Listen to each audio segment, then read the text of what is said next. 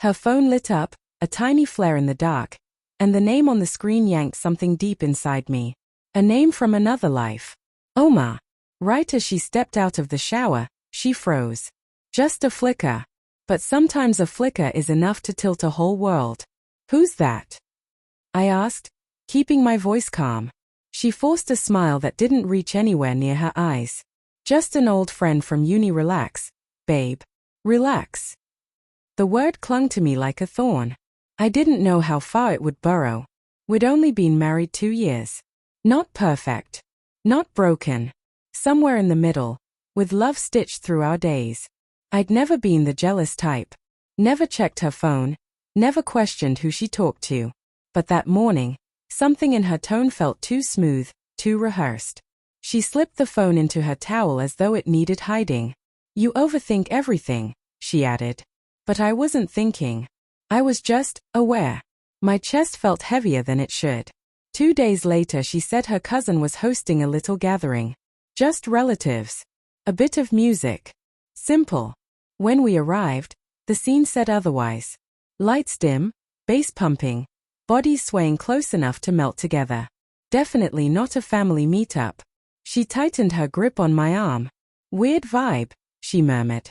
Didn't expect this. But her eyes were already scanning the room, hunting. And then they found him. Omar. Taller than I remembered, wearing that easy confidence of someone who thinks the world is supposed to notice him. He walked over like he owned the floor. My wife's breath hitched, not with fear, but something sharper, brighter. They hugged. Too warm. Too long. Too familiar. Before acknowledging me, he leaned in and said something that made her smile in a way she hadn't smiled at me in months. Then she gestured toward me almost lazily. That's my husband. Like she was introducing a coworker rather than the person she'd promised her life to. He gave me a handshake loaded with silent arrogance. Lucky guy, he smirked. She's always been the spark in the room. She nudged him lightly, trying to play it off. Stop. Cold air slipped into my bones. The hours dragged, and I watched her drink more than usual. Her laughter grew louder, artificial at the edges. She moved with a looseness that wasn't for me. Omar lingered near her like a familiar orbit. At one point I asked if she wanted to dance. She brushed me off. Later. Relax. That word again. She vanished into the crowd. I shouldn't have gone looking. But something inside me, instinct or dread, pulled me forward. I found her in the center of the room. She was pressed against Omar, their bodies moving in a rhythm that had history in it. Her arms around his neck. His hands on her waist. Not party fun. Not harmless dancing. This was muscle memory, the kind that only comes from knowing someone far too well. I stopped breathing for a moment. Everything inside me felt suspended, like my soul stepped aside so I could watch my own heartbreak happen in real time. He whispered something. She laughed, head on his chest. Then her eyes met mine. Instead of guilt or surprise, she rolled her eyes. Seriously? Relax. It's just dancing. It wasn't. The whole room knew it wasn't. People were whispering, some recording, some smirking like they'd been waiting for this drama to unfold. But she didn't pull away. She didn't correct herself. She didn't even look conflicted. I finally started toward her, ready to take her aside and ask one thing. Why? But someone reached her first. Her father. He must have been called by someone with more sense than either of us. He pushed through the crowd, a storm wrapped in a man's shape. His voice tore the music in half. My wife froze. Omar's hands dropped, all his bravado draining in an instant. Her father took her arm, not harsh, but with the weight of a parent witnessing their child's disgrace. What are you doing? He whispered, pain sharpening every syllable. Dad, it's not. I wasn't. You're married, he said, voice cracking. Your husband is right here. Silence swept the room. Phones lowered. People backed away as though shame itself had walked in and demanded space. I stood there, helpless, humiliated, feeling myself bleed from wounds no one could see. Her father turned to me, his expression crumpling with a kind of defeated sorrow. I'm so sorry, Beta, he murmured. I didn't raise her to behave like this.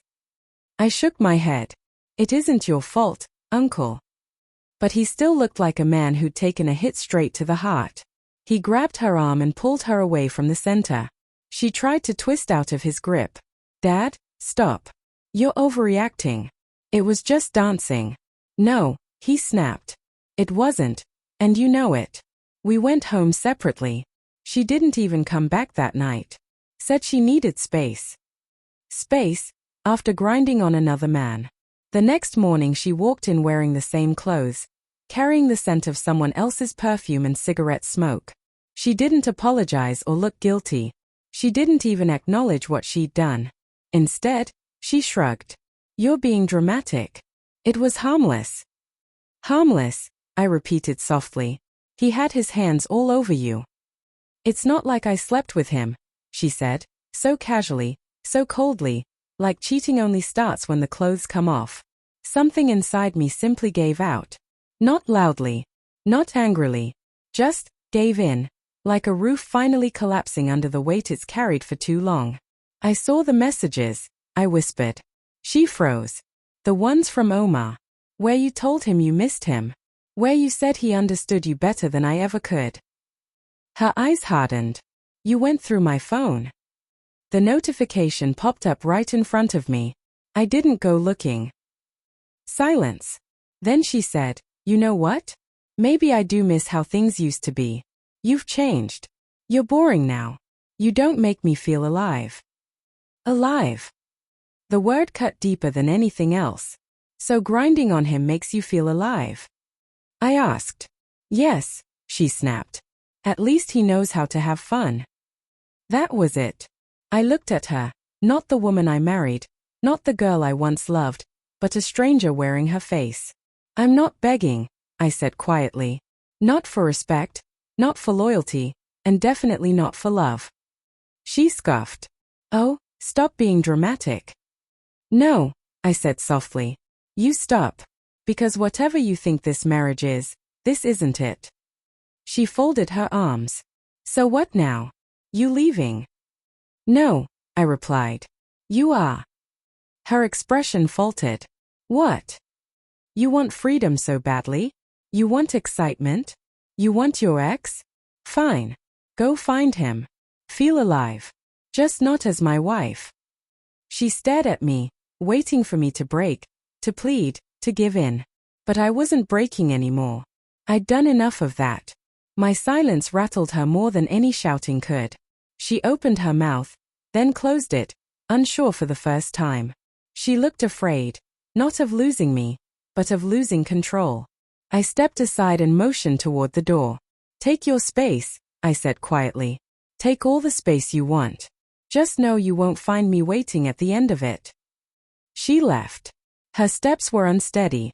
Maybe reality hit her. Maybe it didn't. For once, it didn't matter. Later that evening, her father came by. He looked years older, worn down by disappointment.